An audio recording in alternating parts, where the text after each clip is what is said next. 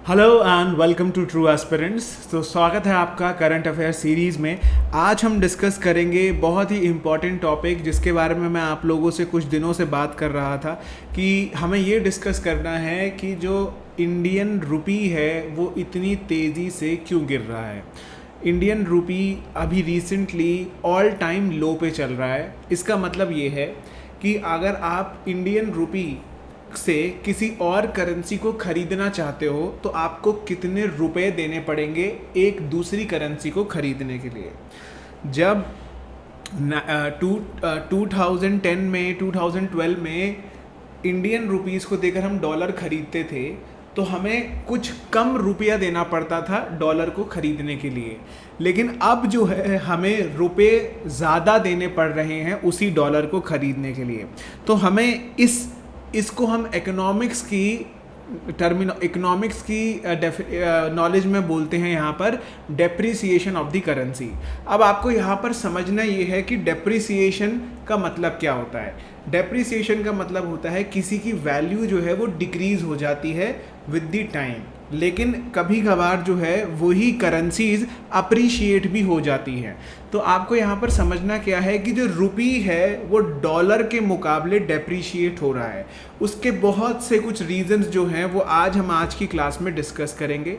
साथ ही मैं आप लोगों को ये भी बताऊंगा कि आरबीआई और गवर्नमेंट क्या क्या करती है जब रुपी बहुत तेज़ी से डॉलर के मुकाबले गिरने लगता है।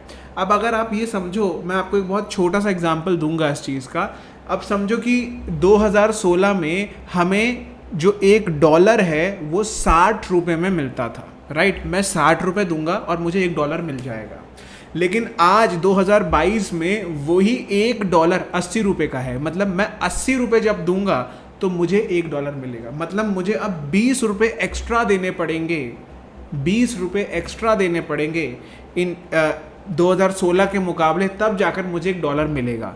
तो इसका मतलब क्या है कि जो रुपया है वो डॉलर के मुकाबले सस्ता हो गया है, कमज़ोर हो गया है। तो मुझे और रुपया देना पड़ेगा $1 को ख़रीदने के लिए।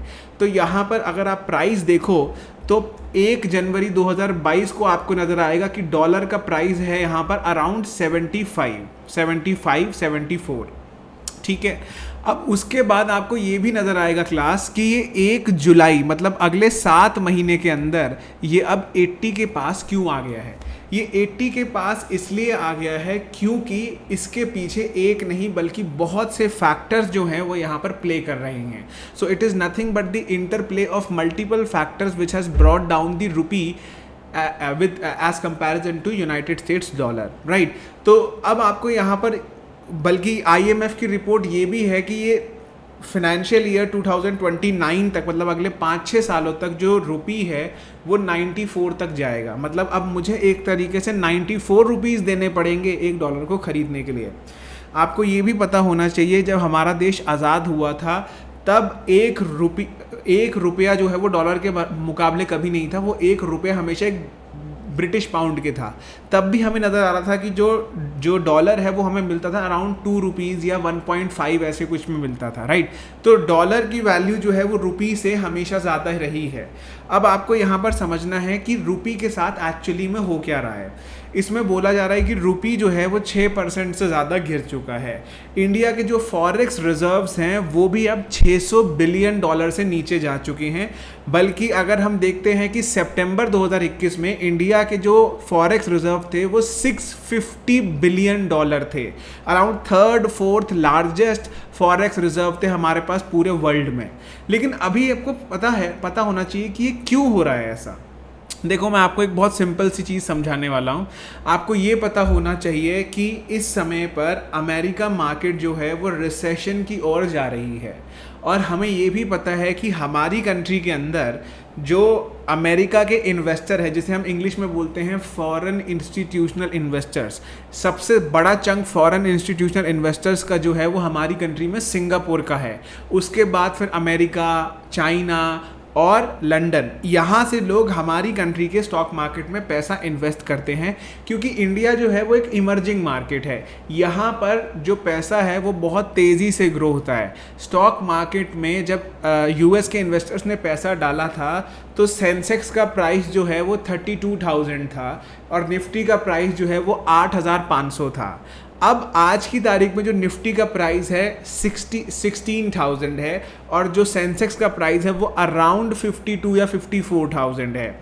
तो इसका मतलब जो FIIs हैं, जो फॉरेन इंस्टीट्यूशनल इन्वेस्टर्स हैं, उन्होंने पिछले 2 साल में अपना पैसा दुगना कर लिया। अगर किसी ने 1 करोड़ रुपए डाला है निफ्टी के शेयर्स में तो उसका 2 करोड़ रुपए वो हो गया बहुत आराम से। तो FIIs जो हैं वो बहुत छोटी मोटी इन्वेस्टमेंट नहीं करते, बल्कि वो लाखों करोड़ रुपए में इन्वेस्टमेंट करते हैं। तो जब हमें नज़र आ रहा है कि मंदी का दौर नज़र आ रहा है बाकी पूरे वर्ल्ड में, तो हमें क्या नज़र आ रहा है कि बाकी सारे लोग जो इन्वेस्टर्स हैं वो इंडिया से अपना सारा पैसा विड्रॉ कर रहे हैं। अब आपको ये चीज़ समझनी है कि जब इंडिया से सारा पैसा विड्रॉ करेंगे, सपोज़ मैंने 10 लाख करोड़ रुपए इन्वेस्ट कर रखे हैं, 10 लाख करोड़ रुपीज़, अब उसमें से मैं 5 लाख करोड़ रुपए विड्रॉ कर लूँ और 5 लाख करोड़ रुपए मार्केट में इन्वेस्टेड रहने दूँ। इन 5 लाख करोड़ रुपयों को मैं सबसे पहले डॉलर में कन्वर्ट करूंगा या जोन सी करेंसी में मैं करना चाहता हूं वो मैं करूंगा। तो मैं क्या करूंगा, रुपयों को करेंसी बैंक के पास लेके जाऊंगा और करेंसी बैंक वाले के पास जाकर बोलूंगा कि ये कुछ रुपए हैं, इसकी जगह मुझे आप डॉलर दे दो या इसकी जगह मुझे कोई और करेंसी दे दो।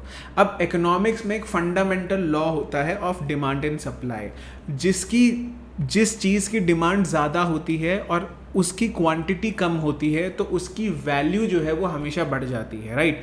और जिसकी सप्लाई ज़्यादा होती है और डिमांड इतनी नहीं होती है तो उसकी वैल्यू घट जाती है। अगर आप एक ही रिश्तेदार के घर में दिन में 5 बार जाओगे तो पहले दिन कोल्ड ड्रिंक से लेकर 5वें दिन तक आपको पानी भी नहीं पूछा जाएगा, राइट। तो ये अक्सर हमें देखने को मिलता है, जिसकी सप्लाई ज़्यादा है और डिमांड कम है तो उसकी वैल्यू बिल्कुल भी नहीं रहती, चाहे वो रियल टाइम रिलेशनशिप में देख लो, चाहे वो कमोडिटी मार्केट में देख लो। तो इंडियन रुपी को बहुत ज़्यादा जो है वो बाज़ारों में बेचा जा रहा है डॉलर के मुकाबले। तो यहाँ पर हम डिमांड कर क्या रहे हैं, डॉलर, और बेच क्या रहे हैं, रुपया। तो सप्लाई किसकी बढ़ रही है, रुपये की, और डिमांड किसकी बढ़ रही है, डॉलर की। तो हमें क्या नज़र आएगा कि रुपी जो है वो डॉलर के मुकाबले डेप्रीशिएट होता हुआ नज़र आ रहा है।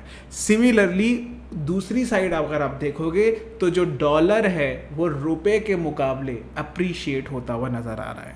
तो इस समय पर आपको ये पता होना चाहिए क्लास कि यहाँ पर जब रुपी ऑल टाइम लो हिट करता है या रुपी बहुत तेज़ी से डेप्रीशिएट होता है, जैसे मैंने बताया कि 6% से ज़्यादा डेप्रीशिएट हुआ, तो हमें यहाँ पर गवर्नमेंट क्या करेगी, RBI क्या करेगा। तो इन दोनों की अपनी अलग अलग पॉलिसीज़ होती हैं।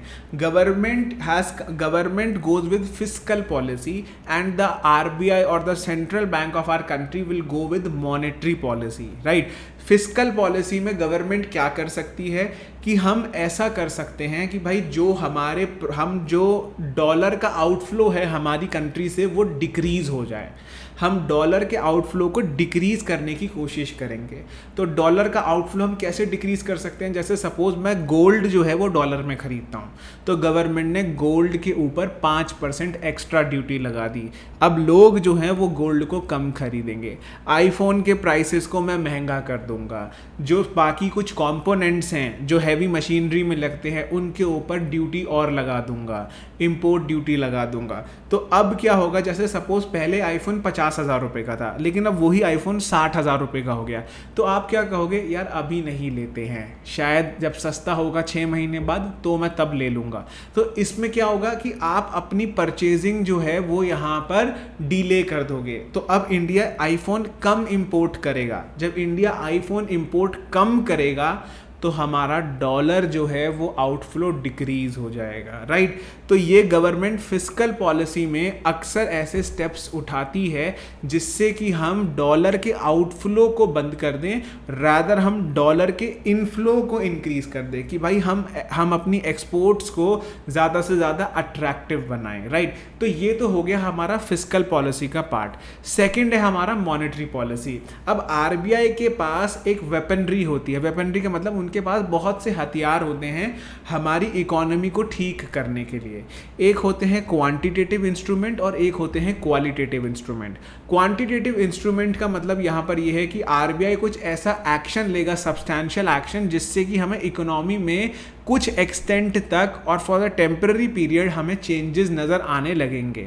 तो यहाँ पर क्या होगा कि आरबीआई एक क्वांटिटेटिव इंस्ट्रूमेंट का इस्तेमाल करता है जिसे हम बोलते हैं OMO, या फिर इंग्लिश में या फुल फॉर्म में बोलेंगे ओपन मार्केट ऑपरेशन। इस ओपन मार्केट ऑपरेशन में आपको नज़र आएगा कि हम जो हैं, जो हमारे पास फॉरेक्स रिजर्व्स है, जैसे मैंने आपको बताया कि सितंबर 2021 में हमारी कंट्री में $650 बिलियन से ज़्यादा का यहाँ पर हमारे पास फॉरेक्स रिजर्व्स हैं।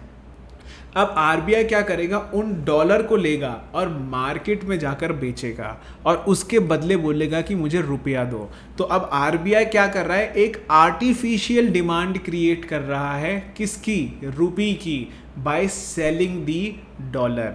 तो उससे जो है वो रुपी को थोड़ा बहुत जो है वो यहाँ पर रिलीफ देखने को मिलेगा, राइट। अगर आप यहाँ पर भी देखोगे तो द हिंदू के आर्टिकल में लिखा हुआ है, in the forex market the supply of the rupee is determined by the demand for import and various foreign assets. So if there is high demand to import oil, it can lead to increase in the supply of the rupee in the forex market. अगर हमारे देश में oil या कच्चे तेल की demand बढ़ जाती है, कच्चा तेल हम सऊदी अरेबिया से खरीदते हैं, ये बात सबको पता है।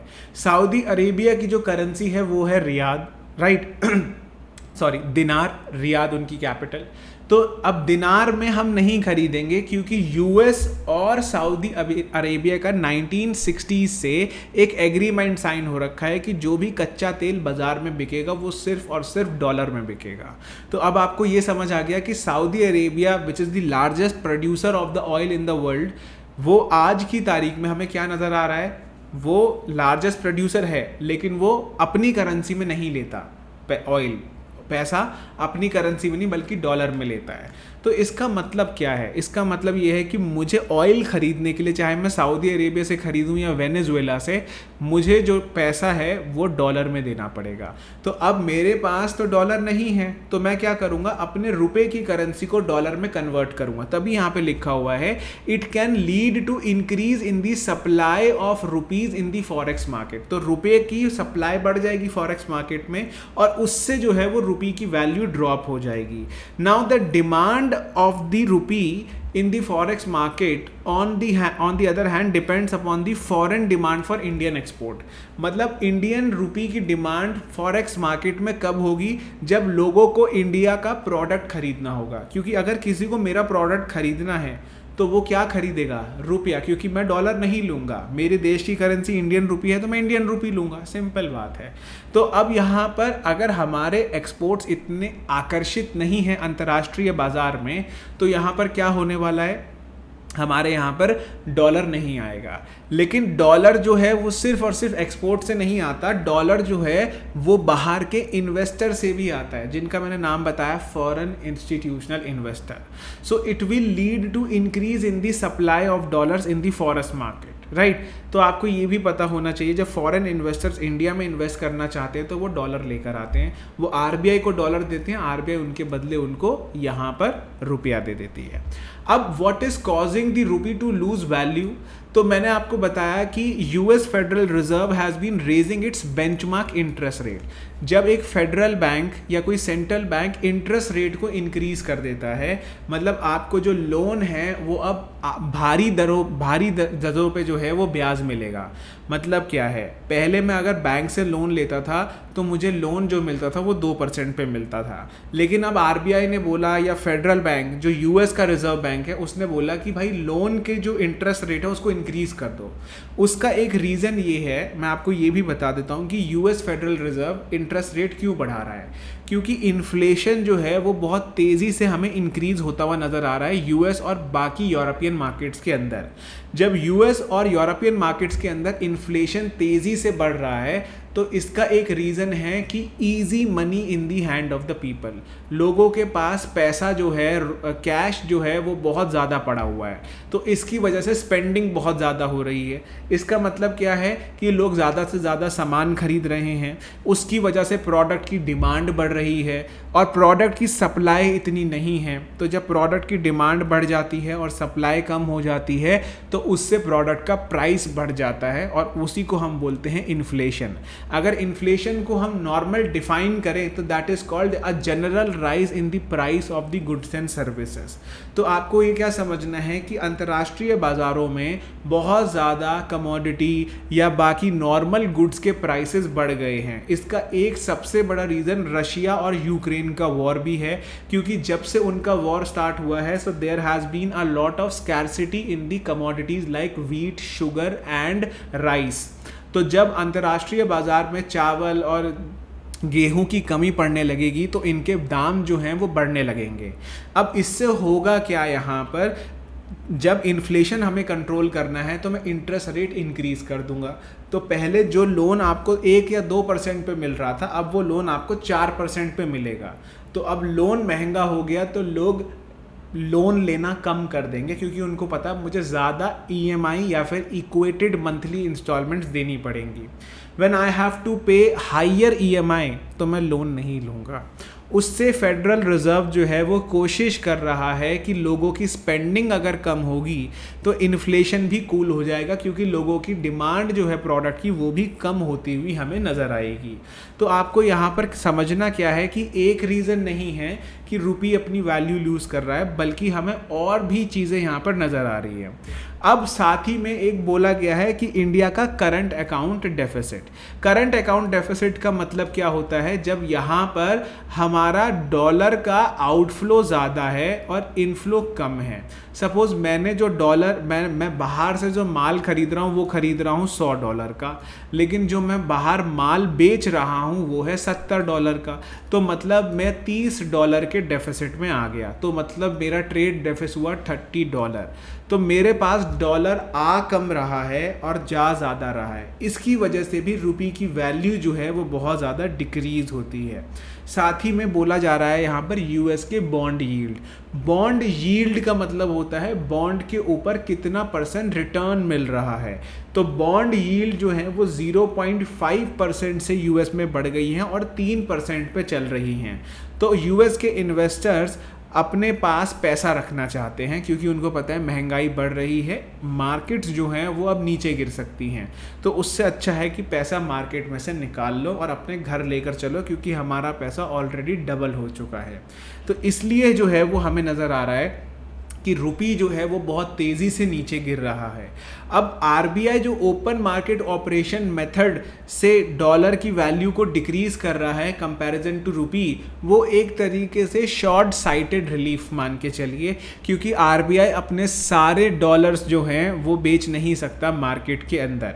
तो आपको यहाँ पर समझना यही है कि RBI भी जो है वो यहाँ पर इंटरेस्ट रेट बढ़ाने की कोशिश कर रहा है इंडिया में, क्योंकि इंडिया में भी इन्फ्लेशन जो है वो आपको नज़र आएगा कि domestic consumer inflation has reached to 95 month high of 7.8% in April। तभी RBI अभी तक एटलीस्ट अराउंड 9.95% इंटरेस्ट रेट हमारी कंट्री में बढ़ा चुका है। इसे हम बोलते हैं रेपो रेट, राइट। तो आपको यहाँ पर समझना क्या है कि repo rate is the rate जहाँ पर RBI जो है वो इंटरेस्ट रेट चार्ज करता है बैंक से। RBI जो है वो इंटरेस्ट रेट चार्ज करता है बैंक से जब वो उनको लोन देता है। तो आपको यही समझना है कि जब तक इन्फ्लेशन ओवरऑल मार्केट में कूल डाउन नहीं होगा, जब तक ग्लोबल कमोडिटीज़ के प्राइसेस स्टेबल नहीं होंगे, जब तक फॉरेन इंस्टीट्यूशनल इन्वेस्टर्स इंडिया की मार्केट को स्टेबल नहीं मानेंगे, तब तक जो ये सेल ऑफ है स्टॉक मार्केट के अंदर या फिर जो ये आउटफ्लो है डॉलर्स का, ये इतनी जल्दी से बंद नहीं हो सकता। क्रूड ऑयल भी एक बहुत बड़ा फैक्टर है यहाँ पर। क्रूड ऑयल का प्राइस जो है वो बहुत तेज़ी से हमें मार्केट में बढ़ता हुआ नज़र आया, क्योंकि क्रूड ऑयल जो है जब मार्केट में बढ़ेगा तो सपोज ये मानो कि एक बैरल जो है, बैरल में अराउंड 140 लीटर से ज़्यादा ऑयल होता है, तो $1 के आप ये मान के चलो कि एक क्रूड ऑयल का बैरल पहले $98 का मिलता था। एक बैरल में अराउंड 140 से 160 लीटर्स के बीच में कुछ क्रूड ऑयल होता है। तो पहले मैं अगर एक क्रूड ऑयल का बैरल खरीद रहा था तो मुझे $98 देने पड़ रहे थे। अब क्रूड ऑयल की डिमांड बहुत तेज़ी से बढ़ गई तो क्रूड ऑयल $108 का पहुंच गया, बीच में ये $117 तक भी पहुंचा था। तो मतलब मुझे अब $20 एक्स्ट्रा देने पड़ेंगे। तो मैं डॉलर खरीद रहा हूँ मार्केट से फिर से, क्योंकि मुझे $20 एक्स्ट्रा चाहिए। अब फिर से क्या होगा, रुपये की सप्लाई बढ़ जाएगी, डॉलर की डिमांड बढ़ जाएगी, रुपये की वैल्यू घट जाएगी, डॉलर की वैल्यू इंक्रीज हो जाएगी। यही चीज़ जो है वो आपको समझनी है कि यहाँ पर हमें देखने को मिल रहा है। अगली क्लास में हम डिस्कस करेंगे कि यूपीएससी जो है वो कैसे क्वेश्चंस पूछता है जब ट्रेड डेफिसिट के बारे में बात आती है, राइट। अभी इससे रिलेटेड हम एक क्वेश्चन देखते हैं यहाँ पे, that is with reference to Indian economy consider the following statement. If the inflation is too high RBI is likely to buy government securities. इसका मतलब क्या है, जब इन्फ्लेशन हमारी कंट्री में हाई होता है तो क्या RBI बाय करेगा गवर्नमेंट सिक्योरिटीज?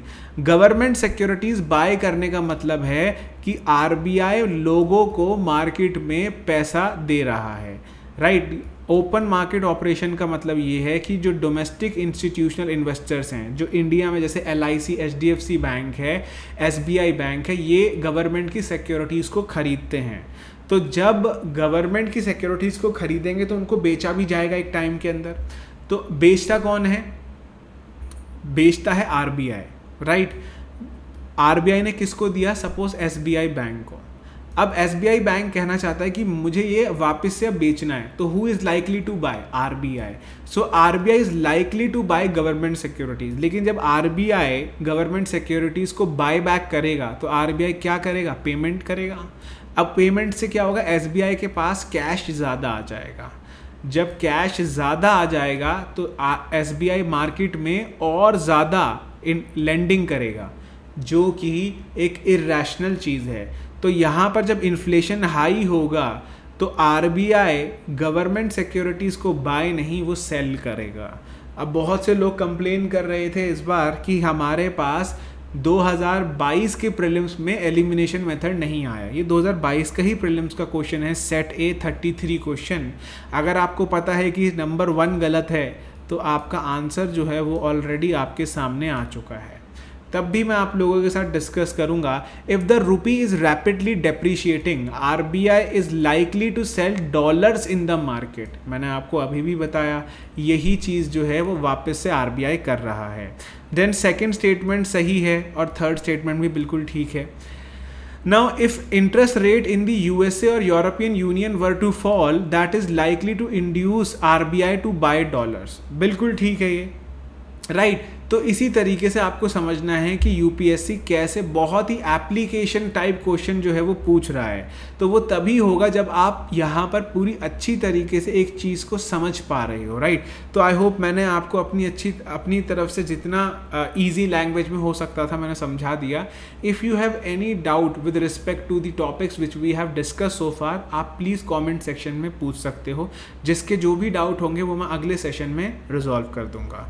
अगली क्लास में हम डिस्कस करेंगे इंडिया का ट्रेड डेफिसिट, और रिसेंटली RBI ने एक डिसीजन लिया है रुपी के फॉल को रोकने के लिए, जो कि थोड़ा हटकर है, राइट। तो मिलते हैं अपने नेक्स्ट सेशन में।